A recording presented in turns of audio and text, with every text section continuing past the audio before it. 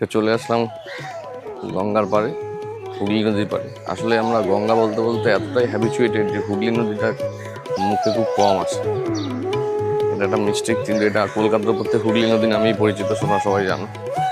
তা এই জায়গাটা বেশ সুন্দর বাঁধানো, লোকে স্নান করতেও আসে।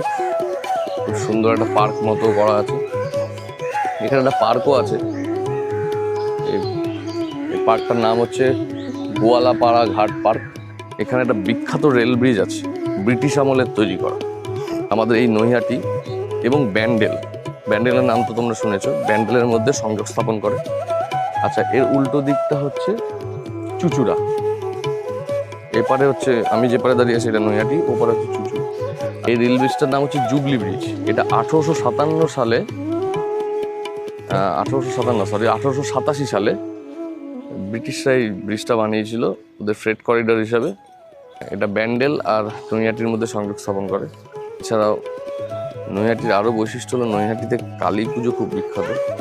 প্রচুর বড় বড়, মানে এখানে আরও বিখ্যাত হচ্ছে কালী মূর্তি প্রতিমার হাইট প্রচুর বড় বড় হয়, খুব উচ্চতা বেশি, এবং প্রচুর সোনা পরানো হয় কালী ঠাকুর।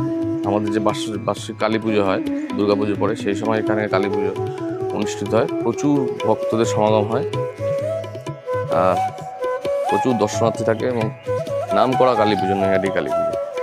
ট্রলার বা ওরম টাইপের কিছু একটা হবে। ওইদিকে আরেকটা পার্ক আছে, ওই পার্কটা সকালে বন্ধ থাকে। পার্কটার নাম সম্ভবত, যদি আমি ভুল না হই, জুবলি পার্ক। যদি আমি ভুল হই তাহলে একটু কমেন্টে ঠিক নামটা জানিও। ঠিক ও পাশটাতে আছে পার্কটা।